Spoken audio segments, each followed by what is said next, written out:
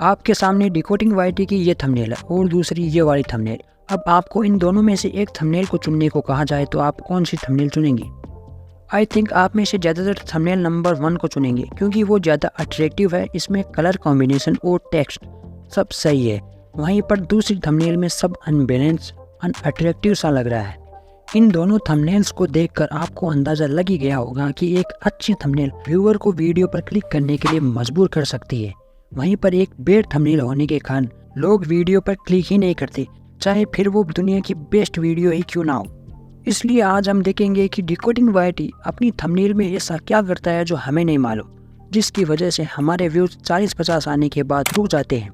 इस वीडियो में हम डिकोडिंग वाईटी के थंबनेल के ब्लूप्रिंट पर चर्चा करेंगे, देखेंगे डिकोडिंग वाईटी के थंबनेल के पीछे के आइडिया को और लास्ट में डिकोड करेंगे डिकोडिंग वाईटी के थंबनेल को कार्बन कॉपी के साथ, यानी डिकोडिंग वाईटी की थंबनेल के जैसी थंबनेल बना के देखेंगे। ओके, तो फर्स्ट इज ब्लूप्रिंट। ब्लूप्रिंट में वो सारी चीज़ें आ जाती है जो हमें थंबनेल में आंखों से दिखाई देती है, जैसे कि बैकग्राउंड, टेक्स्ट, कलर वगैरह वगैरह। जिसमें हम डिकोडिंग वाईटी की बैकग्राउंड की बात करें तो वो हमेशा लगभग समान ही रहता है। वो हमेशा ब्लैक बैकग्राउंड का यूज़ करता है और साथ में ग्रीन या रेड कलर का भी, जिससे हमें साफ साफ पता चलता है कि डिकोडिंग वाईटी अपने थंबनेल में कलर कॉम्बिनेशन टेबल का यूज़ करता है। यस, कलर कॉम्बिनेशन टेबल, जिसमें आप भी साफ साफ देख सकते हैं कि ब्लैक बैकग्राउंड के साथ रेड और ग्रीन कलर बढ़िया रहता है। वहीं पर ब्लू और ग्रे जैसे कलर पुअर कैटेगरी के कलर माने जाते हैं। इस टेबल को देखकर आप साफ साफ पता लगा सकते हैं कि कौन से बैकग्राउंड के साथ कौन सा कलर अच्छा रहेगा।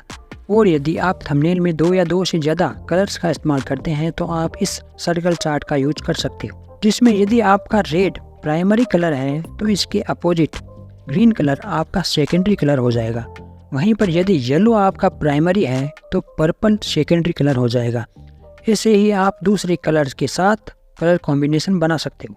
वैसे कलर कॉम्बिनेशन के साथ कलर्स के इमोशंस भी होते हैं और हर कलर का अपना एक इमोशन होता है। जैसे red colour fashion, anger, power को बताता है, वैसे ही ग्रीन कलर काम, ग्रोथ और हेल्थ को दिखाता है। वैसे ही दूसरे कलर्स की भी अपनी एक आइडेंटिटी होती है, जिसे आप इस पिक्चर के माध्यम से समझ सकते हो। वैसे कलर कॉम्बिनेशन ही थंबनेल में अहम भूमिका नहीं निभाता। थंबनेल के अंदर टेक्स्ट का सही इस्तेमाल कैसे किया जाए ये भी बहुत ज़्यादा इम्पोर्टेंट है। जैसे डिकोडिंग वाईटी के टेक्स्ट हमेशा बोल्ड टाइप के होते हैं। साथ ही बड़े बड़े यूट्यूबर्स भी अपनी थंबनेल के अंदर बोल्ड टेक्स्ट का इस्तेमाल करते हैं, क्योंकि बोल्ड टेक्स्ट थंबनेल में आसानी से रीडेबल होते हैं। बोल्ड टेक्स्ट के अंदर एक गहराई होती है जो व्यूअर को वीडियो पर क्लिक करने के लिए मजबूर कर देती है। ओके, तो अब तक हमने ब्लूप्रिंट के अंदर बैकग्राउंड, कलर और टेक्स्ट के बारे में बात की। अब बात करते हैं पॉइंट नंबर 2, जो है थंबनेल स्टोरी।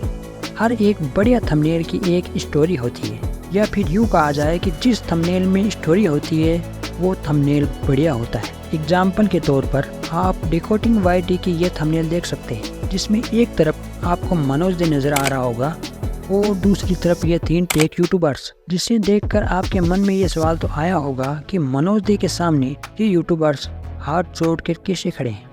और फिर आप टाइटल देखते हैं जिस पर लिखा मिलता है कि मनोज दे इन यूट्यूबर्स को बीट कर रहा है। अब आप यदि मनोज दे को जानते हैं तो आप वीडियो पर क्लिक कर देते हैं। तो इस प्रकार बनती है एक स्टोरी, मतलब टाइटल और थंबनेल मिलकर एक स्टोरी क्रिएट करते हैं जो व्यूअर को मजबूर कर देते हैं कि वो वीडियो पर क्लिक करे ही करे।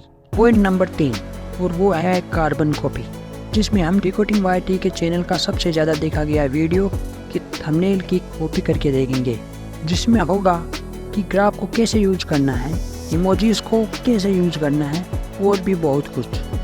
तो इसके लिए सबसे पहले पिक्सआर्ट पर चले आना है। आप यदि दूसरे फोटो एडिटर ऐप पर मास्टर हैं तो आप उस पर भी ये थंबनेल बना सकते हैं। तो सबसे पहले पिक्सआर्ट पर आने के बाद प्लस के आइकन पर क्लिक करने के बाद आपको बैकग्राउंड पर क्लिक करना है। यहाँ आपको ग्रे बैकग्राउंड सेलेक्ट कर लेना है।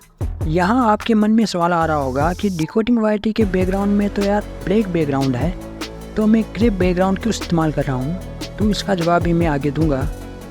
उससे पहले आपको क्या करना है कि टूल्स में आकर यहाँ हमें 16:9 रेशियो सेलेक्ट कर लेना है।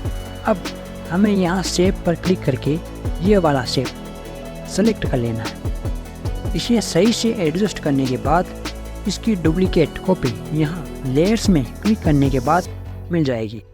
इसे भी हम सही से एडजस्ट कर लेंगे। ओके, अब इतना काम होने के बाद हमें इमोजीज की ज़रूरत होगी, जो हमें स्टिकर्स में जाने के बाद सर्च करना है शेड इमोजीज, और हमें मिल जाएगी। अब इस इमोजी को इस स्लाइड पर या शेप पर सही से एडजस्ट कर देंगे। ऐसे ही आप दूसरी इमोजी को भी पहली इमोजी के सेम आकार पर नाप कर कुछ इस प्रकार से इसे भी सेट कर देंगे। चलो, इतना काम होने के बाद अब हम टेक्स्ट पर काम करेंगे। यहाँ हमें लिखना है पहले न्यू चैनल। इसको टाइप करने के बाद टेक्स्ट का कलर ब्लैक सेलेक्ट कर लेना है। यहाँ से अब फॉन्ट में जाकर फॉन्ट स्टाइल को हेल्वेटिक बोल्ड चूज़ कर लेंगे और इसको भी डुप्लीकेट कर लूँगा। अब इसे परफेक्टली सेट कर लेना है। अब इतना होने के बाद दूसरा टेक्स्ट टाइप करना है, जो है टोटल सब्सक्राइबर्स। अब कलर्स में जाकर इसके कलर को डार्क ब्लैक से ग्रे टाइप का कर लेंगे। अब इस टेक्स्ट पर क्लिक करके इसे छोटा करना है ऐसे, और इसे स्लाइड पर सेट कर देना है।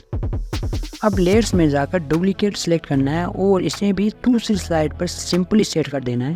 अब थोड़ा सा काम हो रहा है, जिसमें शून्य को टाइप करके सिलेक्ट कर लेना है और इसे सेट कर देना है। अब 10,000 को भी टाइप करके सेट कर देना है। अब हमें ये वाले एरो की ज़रूरत है, जिसके लिए शेप्स में जाना है। यहाँ थोड़ा स्लाइड करने पर हमें एरो एंड लाइन्स के आइकन पर क्लिक करना है। यहाँ हमें ये वाला एरो मिलेगा, जिसको ले लेंगे। अब यहीं से इसके कलर को भी रेड सेलेक्ट कर देंगे और यहीं से इसके बॉर्डर को भी सिलेक्ट कर लेंगे, जो मैं अवॉइड करने वाला हूँ। आप इस स्लाइड से इसके आकार को कम या ज़्यादा भी कर सकते हैं। अब लगभग काम हो चुका है। अब हमें केवल ग्राफ की ज़रूरत है, जो मैंने पहले ही डाउनलोड करके रखा है। अब इसे सही से थंबनेल में सेट कर देना है। वैसे आप ग्राफ को मोबाइल में भी बना सकते हैं, बड़ा ही सिंपल है। खैर, इसकी चर्चा हम किसी दूसरी वीडियो में करेंगे, वरना वीडियो काफ़ी ज़्यादा लंबा हो जाएगा। ग्राफ इस आइकन के ऊपर है, तो हमें इसको नीचे लेके जाना है। इसलिए हम क्या करेंगे, ये यहाँ पर क्लिक करना है, लेयर्स के ऑप्शन पर क्लिक करना है। अब मूव डाउन को सिलेक्ट करना है, 2-3 बार क्लिक करना है इसके ऊपर, जिससे ग्राफ नीचे चला जाएगा। ओके, इतना काम होने के बाद अब हमें बैकग्राउंड को चेंज करने की बारी आती है। जिसके लिए हम क्या करेंगे कि टूल्स के ऑप्शन पर जाना है, फिर एडजस्ट पर क्लिक करना है। अब आप यहाँ बैकग्राउंड के साथ खेल सकते हैं, जैसे कि कॉन्ट्रास्ट को कम या ज़्यादा कर सकते हैं। जैसे ही आप कॉन्ट्रास्ट को बढ़ाएंगे, बैकग्राउंड थोड़ा डार्क हो जाएगा, और जैसे क्लियरिटी को आप ज़्यादा करेंगे तो आप देख ही सकते हैं कि क्या हो रहा है। अब हाईलाइट को आप कम ज़्यादा कर सकते हैं। शेडो को आपको कम कर देना है, बिल्कुल कम कर देना है, जिससे बैकग्राउंड डार्क हो जाएगा। लेकिन प्रॉब्लम यहाँ पर यह है कि बैकग्राउंड के साथ हमारा ग्राफ भी डार्क हो जाता है यार। तो इसका समाधान क्या है, आपको सिंपली इरेज के ऑप्शन पर जाना है, इस पर क्लिक करना है। अब धीरे धीरे ग्राफ पर इरेज करना है।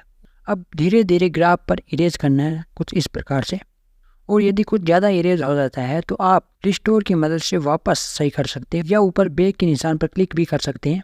थंबनेल अब कंप्लीट हो चुका है, तो हमें सिंपली राइट ओके कर देना है। अब यहाँ पर आप एक और काम कर सकते हैं, जिससे आपकी थंबनेल HD क्वालिटी की हो जाएगी और यूट्यूब पर अपलोड करने के बाद ब्लर की समस्या भी समाप्त हो जाएगी। जिसके लिए आपको क्या करना है कि टूल्स के ऑप्शन पर जाना है। यहाँ आपको दिखाई देगा AI इनहेंस, इस पर क्लिक करना है और कुछ ही सेकंड्स में आपकी थंबनेल एकदम HD क्वालिटी की हो जाएगी। ओके, तो आपने यहाँ तक देख लिया है, तो एक आप काम कर सकते हैं कि आप वीडियो को लाइक और चैनल को सब्सक्राइब कर सकते हो, क्योंकि